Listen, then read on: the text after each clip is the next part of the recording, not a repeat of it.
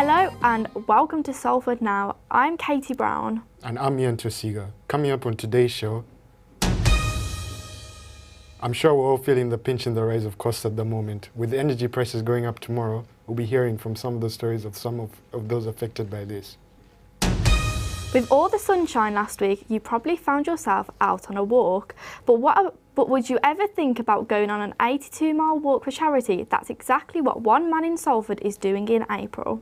Discipline of running that far is beyond what your mind can. Your mind is saying to your body, like, so there's a real not to go too deep, like, but there's a real argument in your brain between one bit of your brain that's telling you that this is stupid, you need to stop and get some rest, and then the other bit of your brain that's a little bit more sadistic. And reporter Adam Gooseman has more on this a bit later on.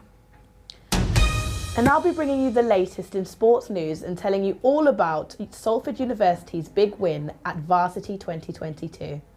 We're nip and tuck all the way, but there can only be one winner. The winner of Varsity is Salford.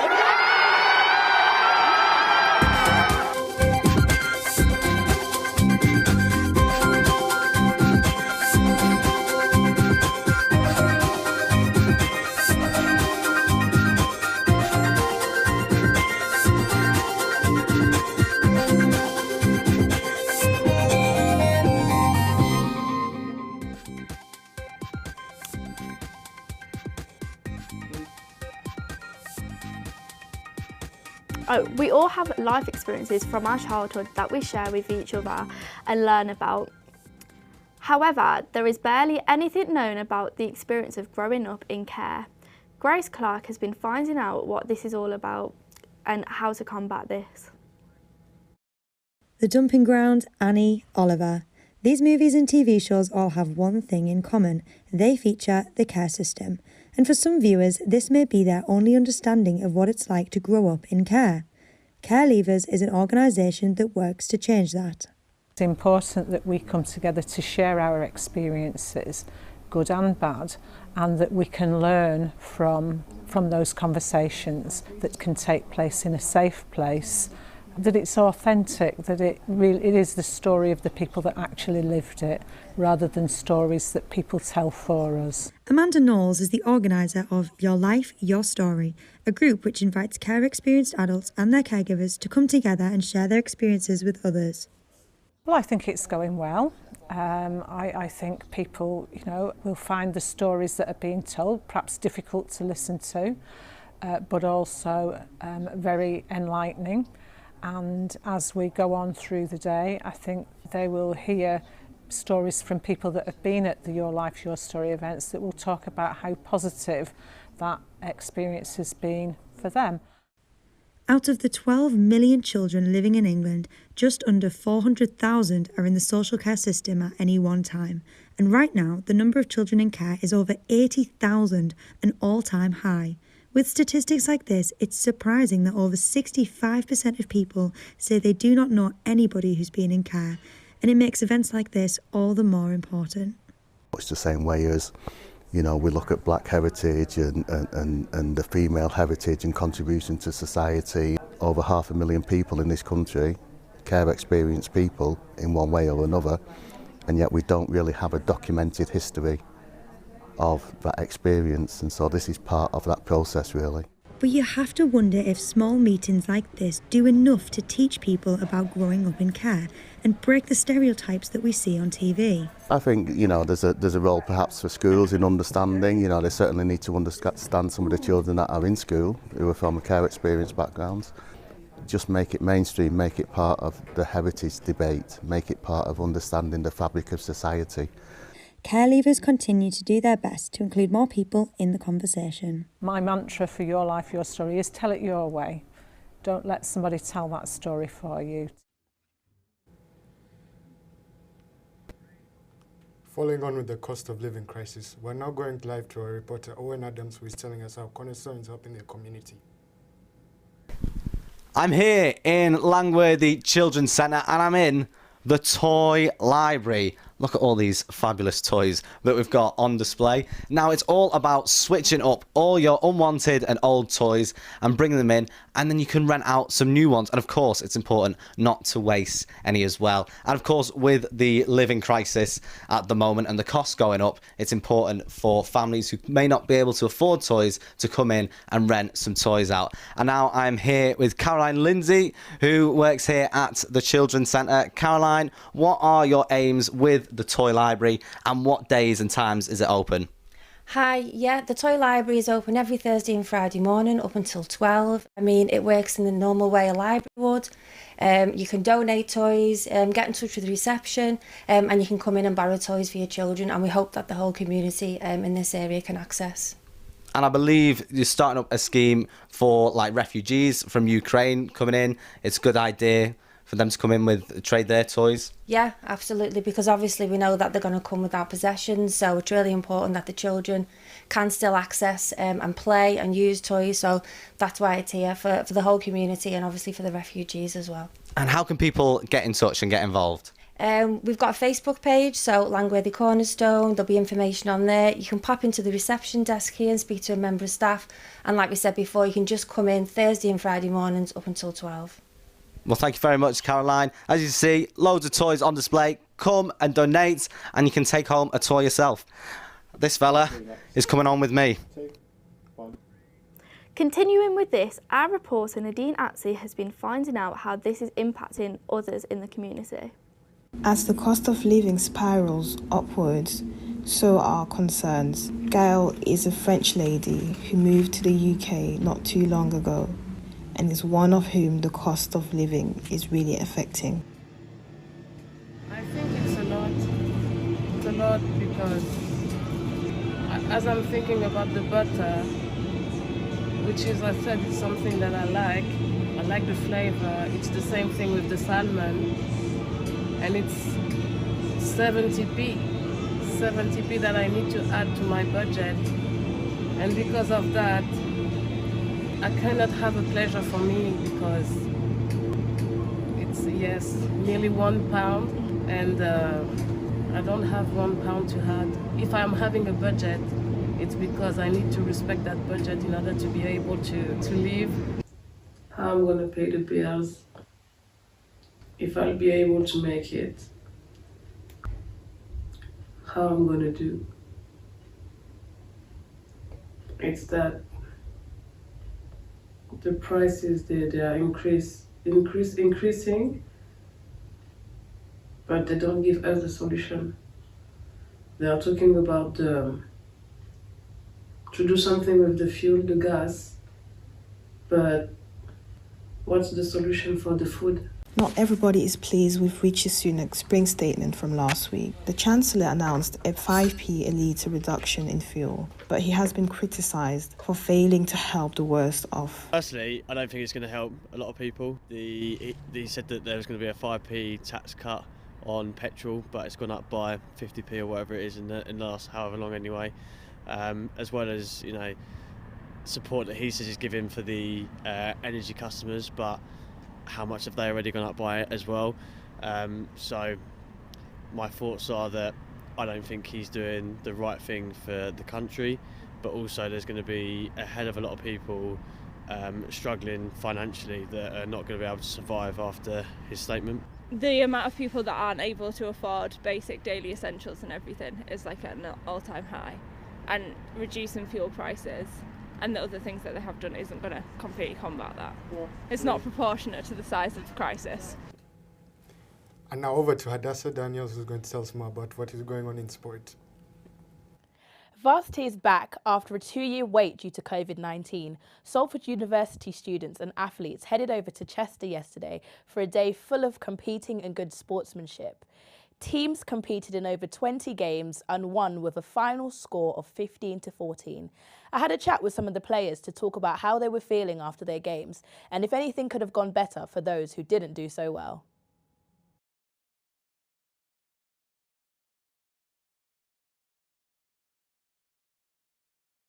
First of all, how are you guys doing after the game? We're a little bit tired, but yeah, it's been amazing, yeah. Great. So, of course, you know, it was a really close call, 3-5. For women, yeah. Yeah, so first of all, congratulations. What were the main takeaways from the game then? What can be done next time to make sure that we're on the winning end of the game?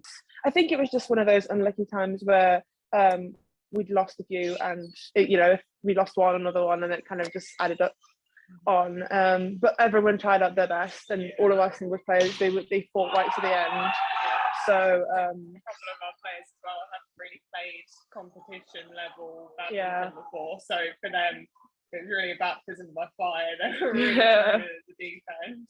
Our rounders game, I think we won that reasonably comfortably, and then our softball was I felt a little bit more pressure on that one, to be honest.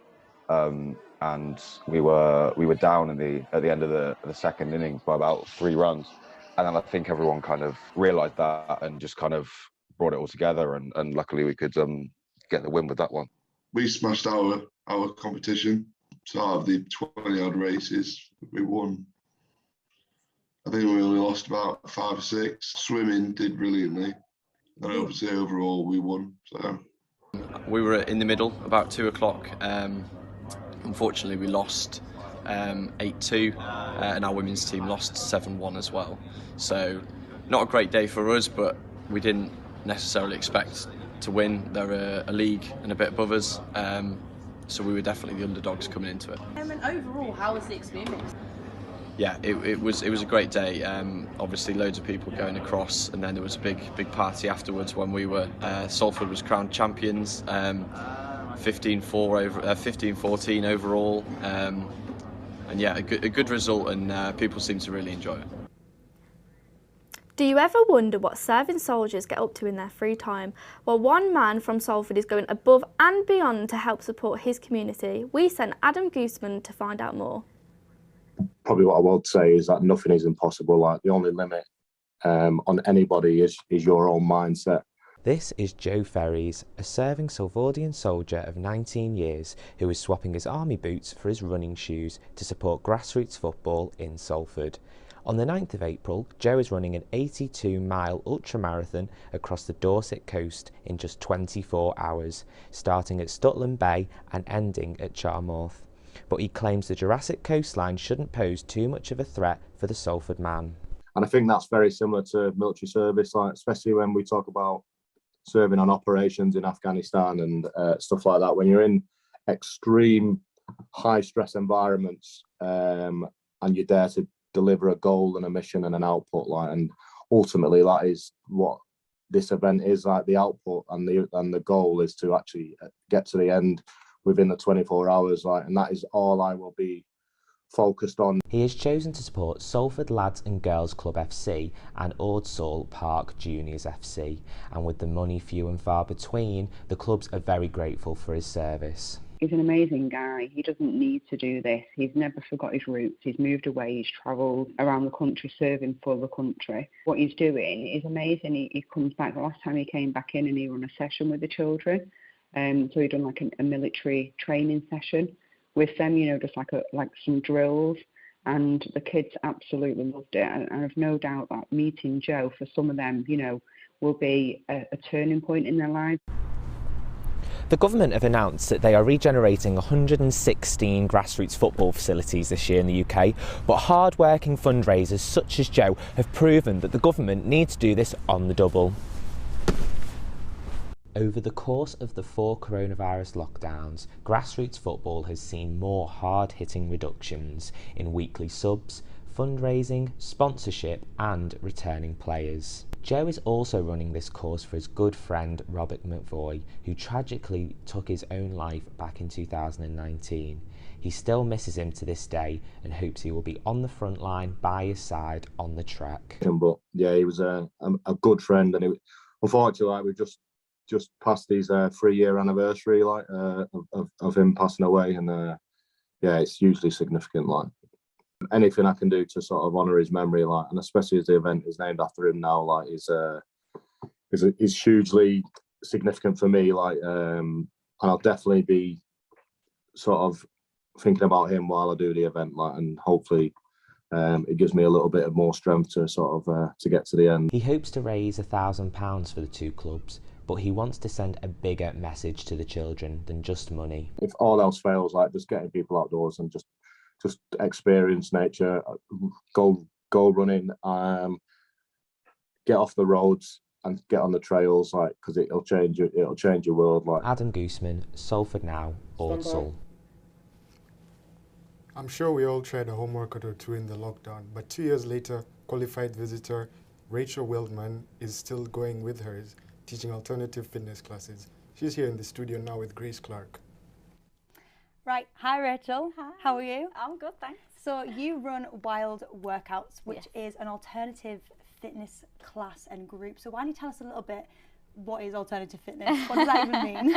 Alternative fitness, it's not your everyday sport, it's not going to the gym, it's involving exercise around other equipment such as a pole or aerial hoops and silks, using different muscle groups and being around like-minded community that is non-judgmental, friendly and a load of fun as well. And so how did that even come about? How did the idea for Wild Workouts come to be?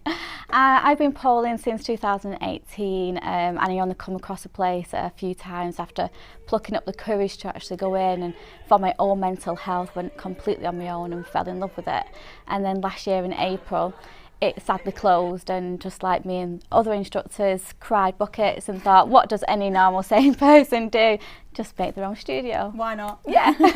And so what was that process like, trying to start up your own studio kind of from scratch? Was that difficult? Very difficult. It was really hard. Finding a unit to actually set up the pole studio was really hard. Not a lot of people like the use of being for a pole studio, so I had to be a bit creative. Once I found out what it was like, I was on board, but it was getting over those barriers, breaking down some barriers and the stigma of pole fitness. Yeah, I was going to ask, do you think then that there is a stigma around these kind of alternative fitnesses? Why do you think that is? Yeah, it's associated with, unfortunately, pole and pole dancing and strippers, and some people will say to me, oh, it's really great fun and really good exercise, and then some people will say, all right, so you're a stripper then? And I'm like, no.